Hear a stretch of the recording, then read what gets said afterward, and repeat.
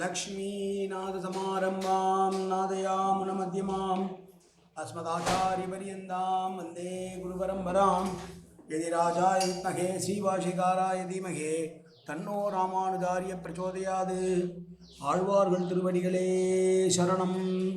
எம்பெருமானார் திருவடிகளே சரணம். ஜீயர் திருவடிகளே சரணம். யோ நித்யமச்சுத பதாம்புஜயுக்மருக்ம व्यामोगदस्दतितरानतृणाय मेने अस्मद्गुरोर्भगवतोऽस्य दयैकसिन्धो ராமானுதஸ்ய சரணம் சரணம் பிரபத்தே. நீரார் கடலும் நிலமும் முழுதுண்டு ஏலார் ஆளும் இளந்தலுமே துயிலந்தாய் சீரார் திருவேங்கடமாமலை மேயாராமுதே அடீர் கருளாயே.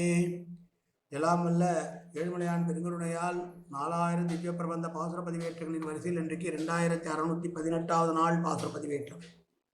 திருமங்கை ஆழ்வார் அவருடைய பெரிய திருமடலிலே 11வது நாள் பாசுர பதிவேற்றம் 180வது வரியிலிருந்து 180வது வரியிலிருந்து 92வது வரி வரையிலும் உள்ள 13 வரிகளை இன்றைக்கு பார்க்க இருக்கிறோம்.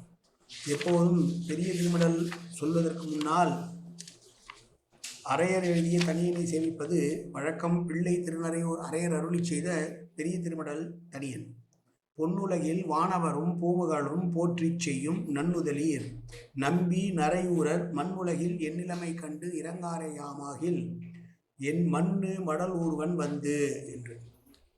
வடமொழியிலே மடல் ஊறுவது பெண்ணுக்கும் பொருந்தும் என்று இருக்க, தமிழகத்திலே அவ்வாறு கிடையாது என்பதனை எதிர்த்து பேசுகிறார் ஆழ்வார். அது என்ன, தமிழ்நாட்டிலே மட்டும் பெண்கள் மடல் ஊறக்கூடாதா என்று பேசுகிறார். வடபுலத்திலே இருப்பவர்கள் செய்கிற காரியத்தை ஏன் தென்னகத்திலே செய்ய மாட்டேன் என்கிறார்கள், பெண்ணாக இருந்தால் மடல் ஊறக்கூடாதா என்று கேட்டு அதற்கான பதிலையும் பெறுகிறார், சொல்லுகிறார் நமக்கு ஆழ்வார்.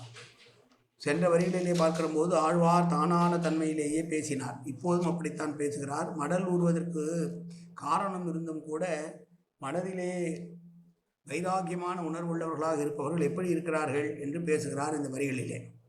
வேண்டாதார் தென்னன் பொதியில் செழும் சந்தன குழம்பின் அன்னது ஒரு தன்மை அறியாதார் ஆயன் வேய் இன்னிசைக்கு ஓர் இறங்காதார் மால்விடையின் மண்ணும் மணி புலம்ப வாடாதார் பெண்ணை மேல் பின்னும் அவ் அன்றில் பெடை வாய் சிறு குரலுக்கு உண்ணி உடல் உருகி நையாதார் உம்பர் வாய்த்து உண்ணும் மதி உகுத்து தூணிலா நீள் நெருப்பில் தம் உடலம் வேவத் தளராதார் காமவேள் மண்ணும் சிலைவாய் மலர்வாளி கோத்து எய்ய பொன்னெடு வீதி புகாதார் தம் பூவனை மேல் சின்ன மலர் குழலும் அல்குலவும் மென்முலையும் இளவாடை தடவ தாம் கண் துயிலும் பொன் அணையார் பின்னும் திருவுருக என்று பேசுகிறார்.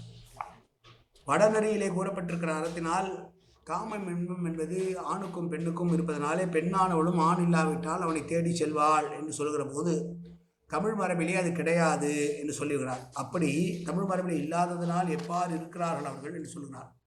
பாண்டிய நாட்டுக்கு உட்பட்ட பொதிகை மலையிலே விளைகிற சந்தனத்தினுடைய வாசனை தன்மையும் அதனுடைய குளிர்ச்சி தன்மையும் உணராதவர்களாக இருக்கிறார்கள். காமம் என்றால் என்ன என்பதை அறியாதவர்களாக இவர்கள் இடையன் மாடு வைக்கும் போது தன்னுடைய கையில் உள்ள மூங்கில் குச்சியிலே துளையிட்டு ஊதுகிறான் அல்லவா குழலோசை, அந்த குழலோசையுடைய இனிமையை அறியாதவர்களாக இருக்கிறார்கள். மோகித்து வருகிற காளை மாடுகள், மோகித்து ஒரு மாடுகள் நடுவிலே கழுத்திலே மணி கட்டி கொண்டு ஒரு ரீங்காரமாக வரக்கூடிய காளை மாடுடைய கழுத்தில் அணிவிக்கப்பட்டிருக்கிறது. அந்த மணியினுடைய ஓசையை அணுகாதவர்களாக கேட்கப்படாதவர்களாக இருப்பார்கள். அதை கேட்டும் கூட தன் நிலைமையை உணராதவர்களாக இருக்கிறார்கள். அந்த பசு கூட்டத்திற்கு நடுவிலே காளையானது இன்பம் உருகிற போது எழுப்புகிற சத்தத்தை கேட்க தெரியாதவர்களாக இருக்கிறார்கள்.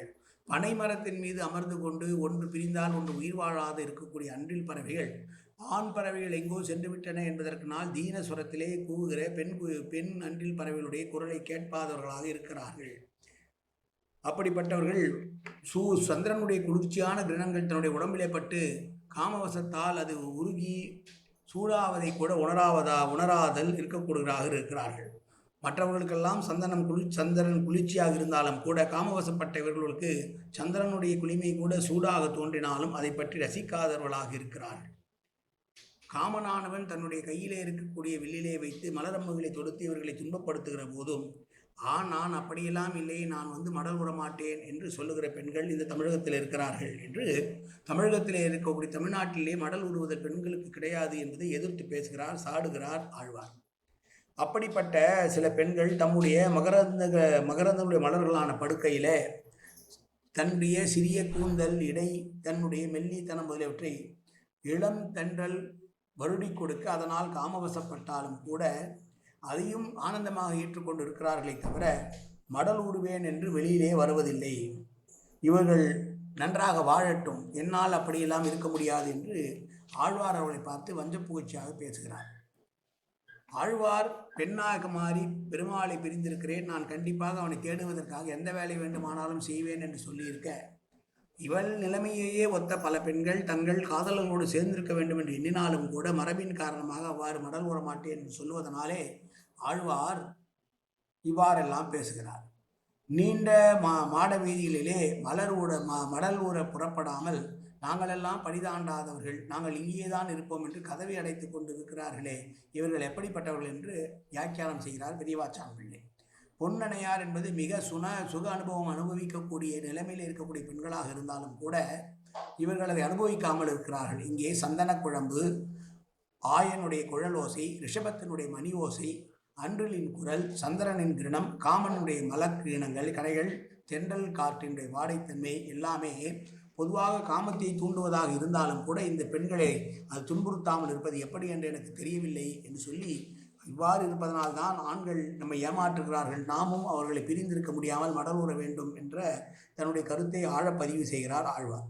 மீண்டும் அந்த வரிகளை பார்க்கலாம். வேண்டாதார் தென்னன் பொதியில் செருஞ்சந்தன குழம்பின் அன்னது ஒரு தன்மை அறியாதார், ஆயன்வே இன்னிசை ஓசைக்கு இறங்காதார், மால்விடையின் மண்ணும் மணி புலம்ப வாடாதார், பெண்ணை மேல் பின்னும் அவற்றில் அன்றில் படைவாய் சிறுகுரலுக்கு உண்ணி உடல் உருகி நெய்யாதார், உம்பர் வாய் துண்ணும் மதி உகுத்த தூணிலா நீள் நெருப்பில் தம் உடலம் வேவ தளராதார், காமவேள் மண்ணும் சிலைவாய் மலர்வாளி கோத்து ஈய பொன்னெடு வீதி புகாதார், தாம் பூவனை மேல் சின்ன மலர்குழலும் அல்குலும் மென்முலையும் இன இளவாடை தடவ தாம் கந்துயலும் பொன்னணையார் பின்னும் திருவுருக என்று இந்த 13 வரிகளை பார்த்தோம்.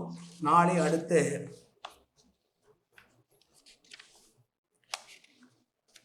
12 வரிகளை பார்க்க இருக்கலாம். பொதுவாக திருமடல் முடித்தவுடனே சொல்லக்கூடிய 2 தனிப்பாடல்கள் இவை. என் நிலைமையெல்லாம் அறிவித்தால் எம்பெருமான் தன்னருளும் ஆகமும் தாரானேல் பின்னை போய் ஒன்துறை நீர்வேலி உலகறிய ஊர்வன் நான் வண்டு அரை பூம்பெண்ணை மடல் மண்ணில் பொடிபூசி வண்டிரைக்கும் பூச்சூடி பெண்ணை மடல் பிடித்து பின்னே அண்ணல் திருநறையூர் நின்றபின் தேர்போகும் வீதி பெருமறையா செல்வம் பொலிந்து காயேன வாச்சா மனசேந்திரிவா அப்தியாப்தனாவா பிரகதே சுபாவாது கரோமியத்த சகலம் பரஸ்மி ஸ்ரீமன் நாராயணாயேதி சமர்ப்பயாமி. உடலாலும் உள்ளத்தாலும் வாக்காலும் சகல விதமான பாவங்களும் தோஷங்களும் நிறைந்ததாக உலகத்துடைய இயல்பிருந்த போதிலும் அடியேன் செய்கிற நல்வினையோ தீவினையோ அத்தனையனுடைய கமலமலர் பாதங்களில் சமர்ப்பிக்கிறேன் கண்ணா. காத்தருள்வாய் கண்ணா, ஏற்றுக்கொள்வாய் கண்ணா, எப்போதும் திருநாமம் கண்ணா கண்ணா கண்ணா என்று நாவில் வருவதற்கு அன்புரிவாய் கண்ணா. சர்வத்திர கோவிந்தநாம சங்கீர்த்தனம். கோவிந்தா கோவிந்தா கோவிந்தா கோவிந்தா கோவிந்தா கோவிந்தா கோவிந்தா கோவிந்தா கோவிந்தா.